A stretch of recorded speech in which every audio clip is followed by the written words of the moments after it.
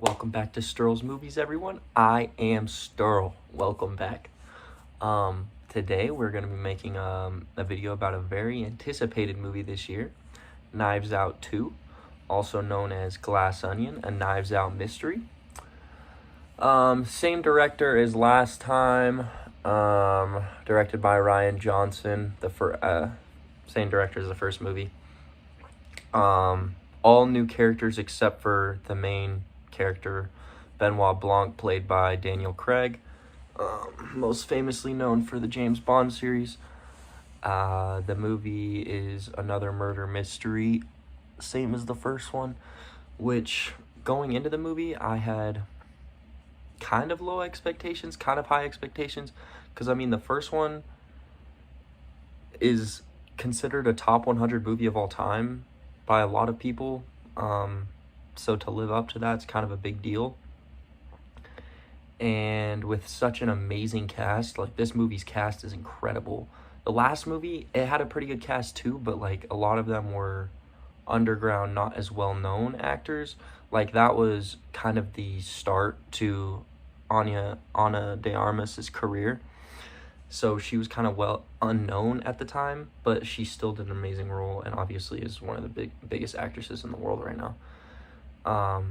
But this one has some incredible actors.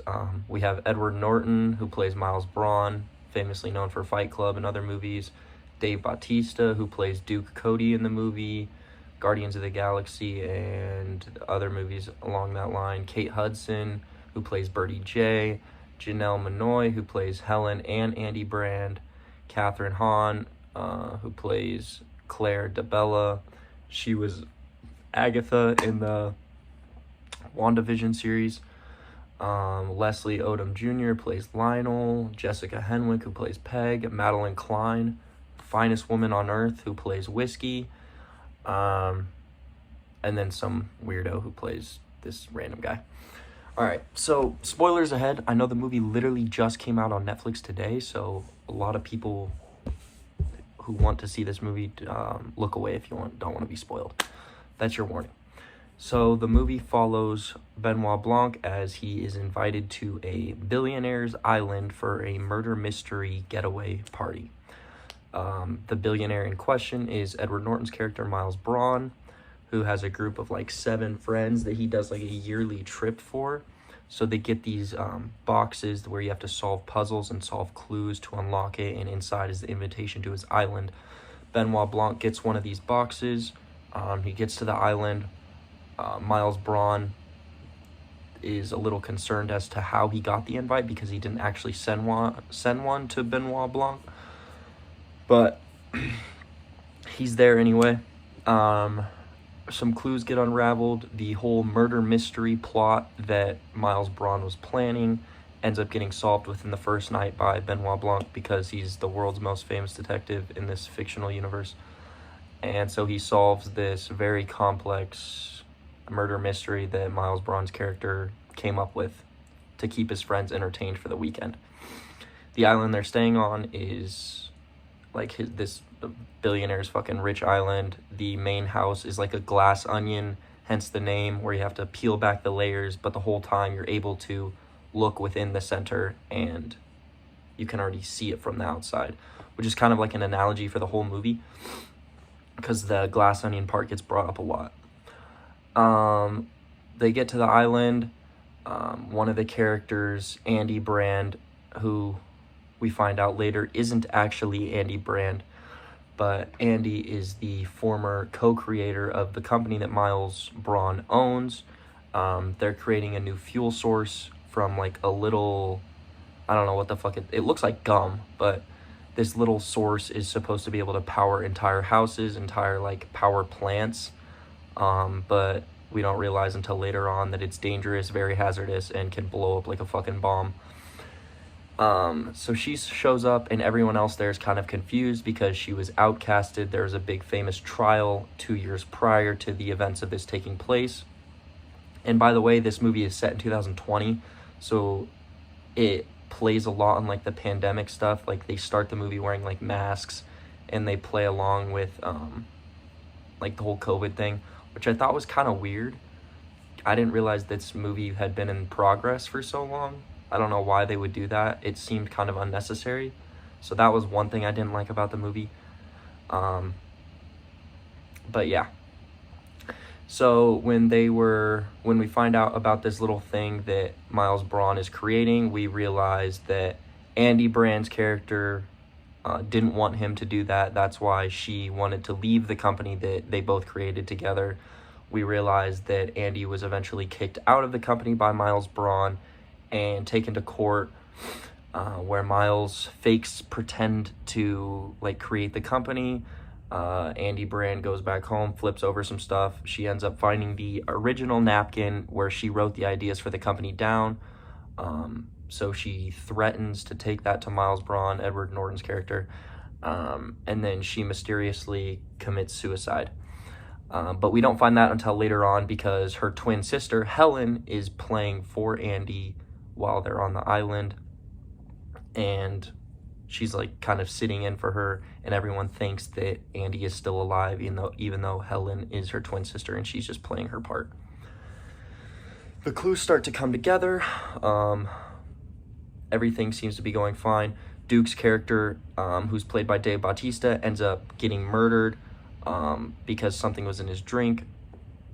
We later find out that it was pineapple juice, and he happens to be allergic to pineapple juice, showing how stupid and lazy Miles Braun's character is, because throughout the whole movie he's kind of seen as a brilliant genius billionaire, kind of like a Tony Stark, but in reality he's just a dumb person who luckily came upon a very wealthy friend, in that friend being Andy Brand, and now he's one of the richest people in the world. It's like if Elon Musk was super fucking dumb, but he was credited for all of these amazing achievements. So when Duke dies, Miles Braun's character had this whole, like, originally when he had this whole murder mystery planned out, he planned for the lights to go out as part of one of the showcases. The lights go out, Miles' character starts running away, everybody starts running away. Miles puts on a show like everyone's after him, because at this point in the movie, everyone assumes that he's the target, because we assumed that the drink that Duke drank was meant for Miles' character, but in reality, it was Miles who actually poisoned Duke Cody, or not poisoned, but gave him an allergic fucking drink. So at this point, we're led to believe that Miles is the victim of the whole thing. And then when we go outside, after all of the chaos has ensued inside, all the characters have scattered. And then outside, Mr. Blanc and Andy or Helen meet outside of the staircase, where she ends up getting shot from a mysterious gunman, just like the first movie. It's like, it shows like just a glove, and we don't really know who's behind that. And then the clues start to unravel. Mr. Blanc says to Helen's character right before she dies that she has the last key to the puzzle, and he needs it to like solve the case. Turns out she didn't die, she got shot, and she had a notebook in her pocket. I don't know how that stopped the whole fucking bullet, but whatever. They put hot sauce on her to fake her death, whatever. And then we get some flashbacks of everything leading up to this case, how Helen came to Mr. Blanc, and she was the one who recruited him to go to the island. She gave him her box with the invite that was originally Andy's box. Kind of confusing to explain. You might need to go see the movie for that part, but we get some flashbacks into like everybody's backstory and what actually happened in the events.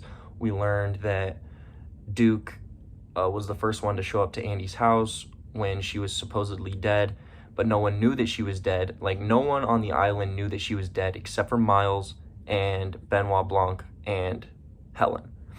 Everyone else didn't know that she was dead because Helen was playing for Andy, even though Andy's dead. And then he starts to like unravel the clues and stuff in like these throwback shots. Miles Braun is the one that ended up actually poisoning her. She dies. It's set up as a suicide. And then when they go back to the island, we cut back to the island, and Helen, who this whole time while she's been pretending to be dead, like shot on the ground outside of the estate, she's been looking for the napkin that was originally Andy's, that had the original ideas for the company that Andy and Miles created. So she finds the napkin. There's a big reveal where Benoit Blanc explains all of the stuff that led up to this, and then he reveals that it's all Miles Braun's plot, and he's like, well, you have no evidence. There's no evidence of me actually doing this. Helen comes out with the actual napkin where she found, because he was stupid enough to keep it. She says, well, this is all the evidence we need. This is her handwriting with the original imprintation of the bar that closed 9 years ago, proving that she created the company, not you. And she deserves all of the money, all of the shares, and you should have been the one that got kicked out of the company. But being stupid as she is, she holds the napkin right in front of him. He fucking burns it. There goes all the evidence. And then he says, well, now where's your evidence? Where is everybody? Like, where's the police? What are they going to do? Because they can't do anything without hard, factual evidence. And Benoit Blanc was like, yep, he's right. There's no actual evidence unless you guys stand up to him. You guys being the 7 friends that he has. But it turns out all these 7 friends are pretty much under his thumb. They call it the golden titty in the movie because they're all fucking mid-30s, mid-40s people still sucking on the tit of a billionaire who has all of their careers pretty much in his back pocket. So Claire's career, she's a governor, but turns out she's like a very environmental friendly, like liberal left person. And she is funding a power plant that Miles Braun wants to create. And if the media found out about that, there goes her whole campaign. She's fucking done. Lionel is a scientist who is creating this compound for Miles Braun, but he has like ethical issues behind it and could lose his job because of it. Turns out so that's why his career's in his back pocket. Duke Cody's character, played by Dave Bautista, he's like a Twitch streamer, and he's on YouTube, and he got banned off of Twitch because he was selling boner pills to little boys, which is a very weird cop-out for this movie, but whatever. But Miles Braun ends up supporting him, moving him to YouTube where he gets more views. Birdie J is a dumb fucking klutz blonde who didn't realize that sweatshops meant Chinese kids working in a factory for 10 cents a day. She thought it meant where they actually make sweatpants. So her whole company is based off of a sweatshop in the middle of like Taiwan or something. And so her whole career is in the pocket of Miles Braun. Everyone's whole career is in the pocket of him. So they don't want to come out against him. They don't want to be a witness to his crimes, because if they do, then there goes all of their careers. And then he already burned the napkin, so there's all the evidence.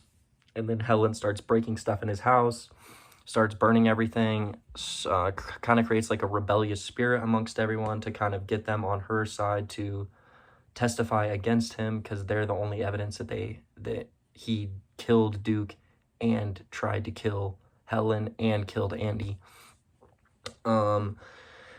Then they all kind of come together after everything in the house is destroyed. She ends up having a little piece of that compound that he showed everybody earlier, the one that's like supposed to power whole houses, that's actually toxic and is pretty much a bomb.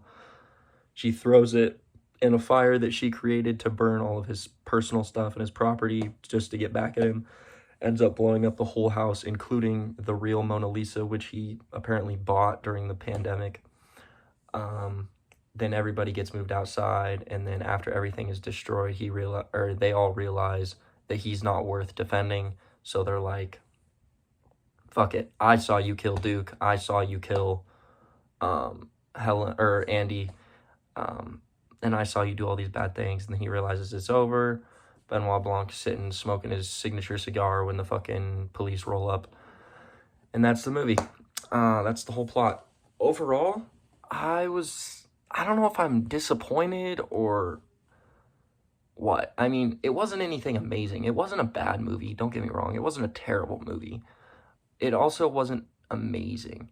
I mean, with an amazing cast like this, I mean, Edward Norton is a legend in acting. Catherine Hahn has been acting for a long time. Madeline Clyne, although she is kind of just there for sex appeal, she is a pretty good actress, I think. I just didn't feel like they utilized the actors that much, considering they had such a stacked cast. I feel like they could have done more. But, I mean, it wasn't bad. It was still enjoyable. Like, I would probably put it on with some friends and watch it, but it's not something I would consider one of the best movies of 2022 for sure. There's not much you can do in the whodunit franchise series, like, kind of topic, because I feel like it's all been done already. Like, it's a whodunit. You know the premise of it. Like, see how they run, the previous Knives Out. I saw fucking IGN compare this movie to Wind River today, which made no fucking sense to me. Yeah, I mean, overall, it wasn't a bad movie. Maybe if I watch it again, I'll love it more, but I just wasn't that impressed with it. I'm still glad I watched it though. I was still looking forward to it this year, so that's a good thing. But yeah, that's my thoughts on the movie. Let me know what you guys think, because I'm sure I'll get some hate for saying it wasn't that amazing. I know a lot of people were looking forward to this movie. And this is kind of a long video. It's one of my longer videos, so I understand if you guys don't sit all the way through it. But if you do, thank you so much. And I'll see you guys next time. Peace out.